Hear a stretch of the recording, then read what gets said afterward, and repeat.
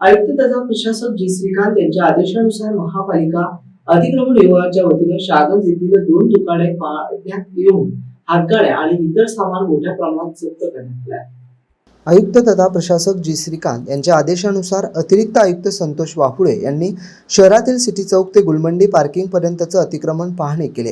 या रस्त्यावर फूल अत्तर विक्रेते यांनी छोट्या वाहतुकीचे रोड बंद करून त्या ठिकाणी दुकाने मांडले। या ठिकाणी पाहणी करत असताना 3 दुकानदारांवरती 5000 रुपये दंडात्मक कारवाई करण्यात आली।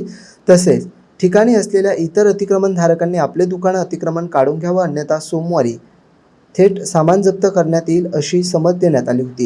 या अनुषंगाने अतिक्रमण विभागाच्या वतीने अतिरिक्त आयुक्त संतोष वाहुळे यांच्या मार्गदर्शनाखाली मजूरपुरा रस्ता गांधी पुतळ्यापासून कारवाई सुरू करण्यात आली।